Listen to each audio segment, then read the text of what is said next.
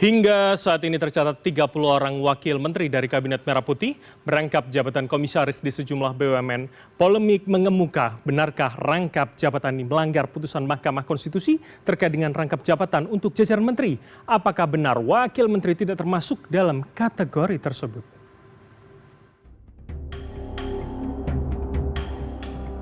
Sejumlah wakil menteri di Kabinet Merah Putih di bawah kepemimpinan Presiden Prabowo Subianto ditunjuk sebagai komisaris di badan usaha milik negara atau BUMN maupun anak usahanya.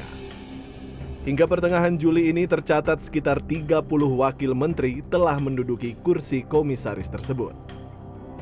Terbaru, Wamen Pemuda dan Olahraga Taufik Hidayat ditunjuk menjadi komisaris PT Energi Prime yang merupakan anak usaha PT PLN Persero. Kemudian ada pula nama Wamen Pendidikan Tinggi Sains dan Teknologi Stella Christy yang ditunjuk sebagai komisaris PT Pertamina Hulu Energi atau PHE pada 8 Juli lalu. Begitu pula pada puluhan nama wamen lain yang ditunjuk menjadi komisaris melalui Rapat Umum Pemegang Saham atau RUPS di masing-masing BUMN.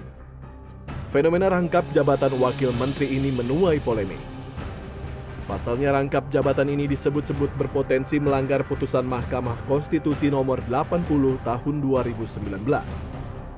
Meski dalam putusan tersebut secara eksplisit tidak menyebut wakil menteri. Pemerintah melalui Kepala Kantor Komunikasi Presiden Hasan Nasbi menyebut, penugasan wamen tersebut sebagai komisaris BUMN tidak menyalahi aturan, termasuk putusan MK tersebut. Menurutnya, larangan tersebut hanya berlaku bagi menteri dan kepala lembaga. Larangan bagi wakil menteri hanya ada di bagian pertimbangan putusan, sehingga rangkap jabatan bagi wamen dianggap diperbolehkan. Yang jelas sampai hari ini, di putusan MK nomor 80 tahun 2019, tidak ada bunyi putusan yang melarang itu. Itu clear. Di pertimbangan ada kata-kata yang seperti itu, tapi dalam putusan tidak ada. Jadi apa yang dilakukan hari ini tidak melanggar putusan MK, tidak menyelisihi putusan MK. Kalau ada yang menggugat silakan. Maksudnya itu kan hak konstitusional warga. Tapi hari ini per keputusan itu dibuat minggu kemarin ya.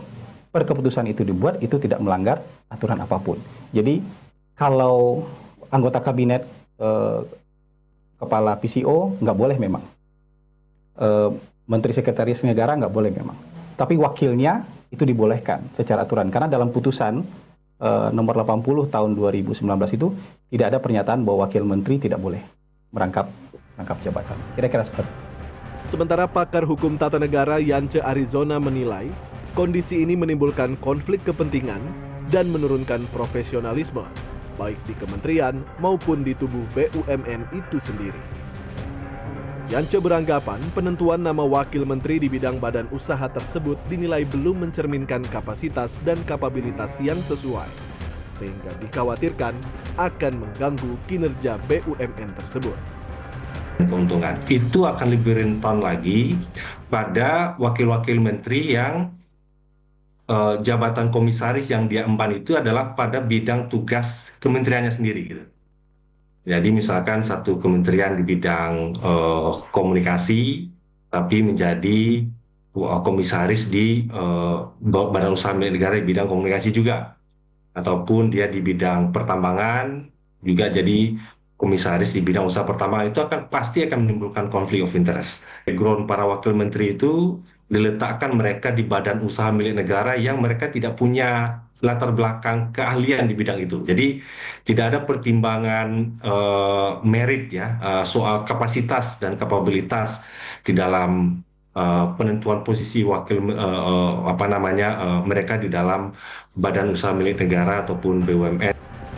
Yance juga mendorong pemerintah melakukan evaluasi terhadap kebutuhan posisi wakil menteri yang jumlahnya terbilang banyak di tengah efisiensi dan target kebijakan yang berpotensi pada profesionalisme dan kepantasan publik.